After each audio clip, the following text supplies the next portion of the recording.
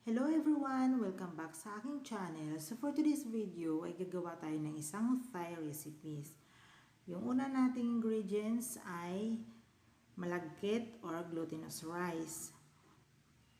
1 kilo po ito.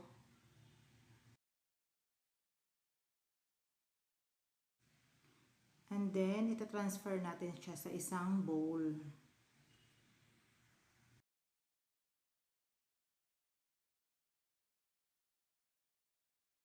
So ayun guys, ibababad muna natin yung ating rice sa water.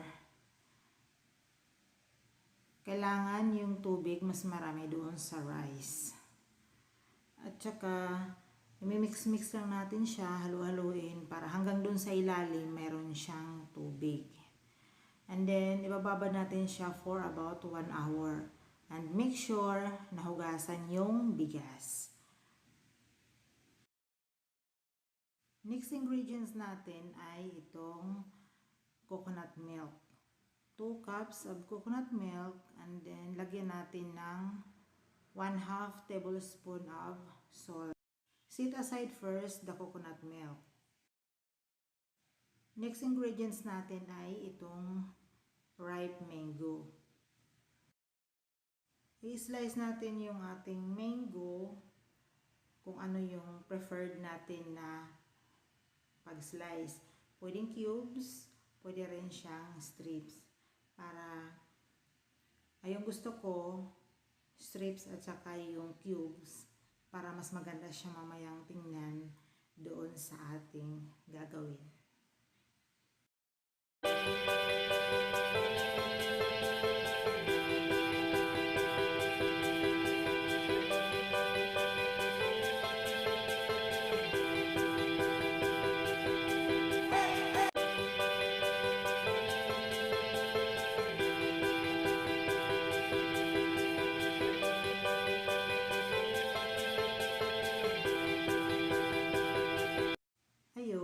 Lalagay lang natin siya sa isang lagayan na presentable naman siya tingnan.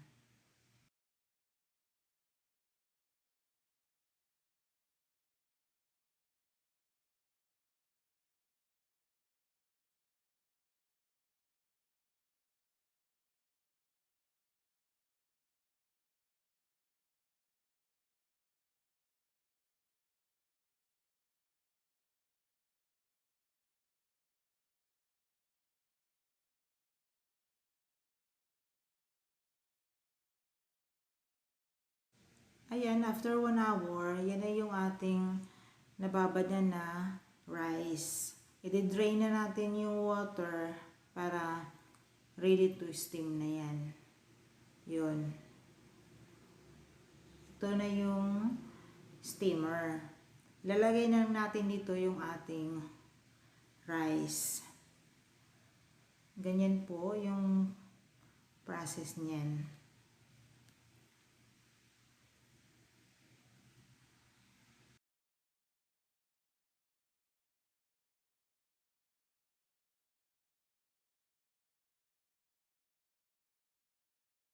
Pag nalagay na natin yung rice, i-ano lang natin siya, spread lang natin para siya maging even out yung kanyang pagkalagay dyan sa steamer.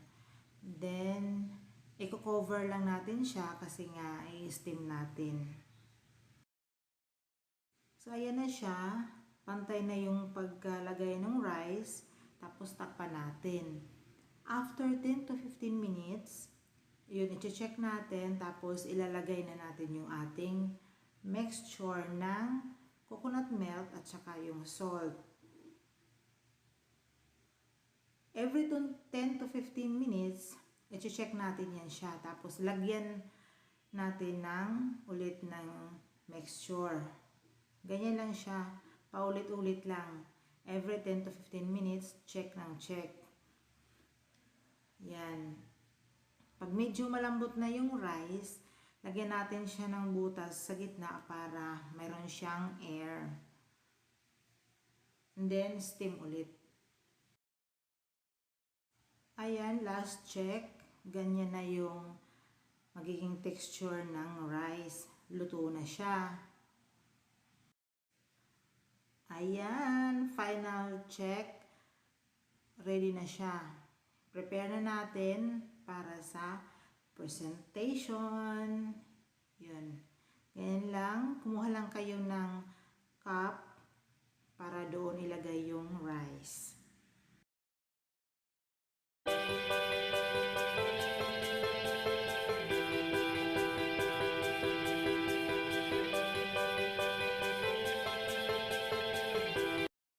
And then, yan. Kumuha lang tayo ng plate para doon natin ilagay yung ating rice. Yung gagawin ko dito ay 2 cups kasi lalagay ko doon yung mango. Yan. Yung mango, doon natin siya itatap sa rice. Yan. Yung isa naka-cubes, yung isa naman naka-strips. Para maganda siya tingnan. Presentable. Yung purpose ng mango, siya yung maglalagay ng sweetness doon sa ating sticky rice kasi medyo salty siya. Ayan, naglagay pa ako dyan ng black sesame seed para meron siyang konting art. Meron din siyang kakaibang kulay. Ayan, ang ganda. Yun. And then, tikiman na. Unang tikim para sa inyo, guys. Yum, yum, yum. Thank you for watching, guys. Don't forget to like, share, and subscribe to my channel.